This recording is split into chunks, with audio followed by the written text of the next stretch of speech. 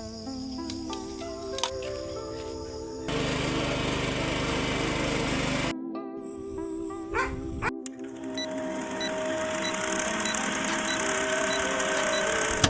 Guys welcome back. आजको fresh ब्लगमा तपाईँलाई स्वागत छ। आज चाहिँ यसो बिहान उठेर प्रोसेस गरेर अब चाहिँ जोत्न जाउँ भनेर तयार भए। तयार भइसकेपछि चाहिँ अब चाहिँ मिनी ट्र्याक्टर निकालेर चाहिँ मिनी ट्र्याक्टरमा भएको हलोमा भएको घाँस चाहिँ काटेर पनि निकाले।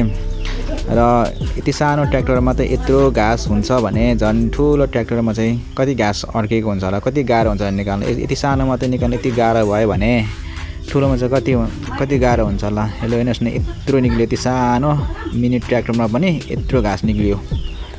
अब चाहिँ म स्टार्ट गर्न चाहिँ जाँदैछु। हल्का सो ढोकिसकेर अब स्टार्ट गर्न गएँ। अब स्टार्ट गर्नको लागि चाहिँ त्यो तान्नु पनि हुन्छ। अब तानिसकेपछि स्टार्ट पनि भयो। स्टार्ट भइसकेपछि चाहिँ अब चाहिँ जोत्नका लागि चाहिँ लाग्यो।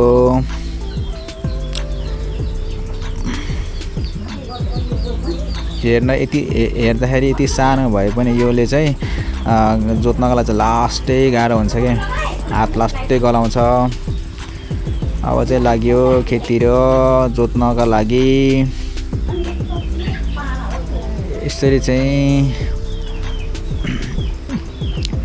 यो चाहिँ अस्ति नै जोतेको खेत हो। यो खेतमा चाहिँ अब मैले चाहिँ जस्ट आली छेउछेउतिर मात्रै जोत्नुपर्ने हुन्छ, किनभने अस्ति नै जोतिसकेको भएको कारणले चाहिँ अब त्यहाँभित्र जोत्न थाल्यो भने चाहिँ अलिक गाह्रो हुन्छ। किनभने त्यो भाँसिन्छ, भाँसिएपछि त्यो अलिक अगाडि बढ्न सक्दैन। नसकेपछि आफूले चाहिँ धेरै पावर लगाउनु पर्ने हुन्छ।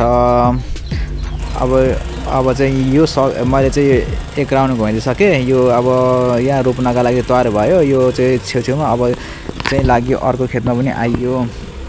यो चाहिँ पहिला बिउ छरेको थियो। यसै बिउ छरेकोमा चाहिँ हिजो चाहिँ आमा र बुवाले चाहिँ उखालिसक्नु भयो बिउ। अनि आज चाहिँ जोते। अस्ति नै जोत्नुपर्ने थियो, किनभने अब अस्ति नै चाहिँ पेट्रोल पाइएन। पेट्रोल लिन जाँदाखेरि चाहिँ पाइएन र हिजो चाहिँ लिएर आएर आज बिहान चाहिँ जोतियो।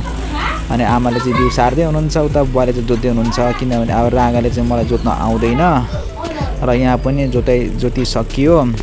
यस्तो भयो। हिलो चाहिँ यसले जोतेर मजाले छ, तर धेरै जोत्यो भने चाहिँ भाँसिएको कारणले चाहिँ जोत्न नसकिने हुन्छ।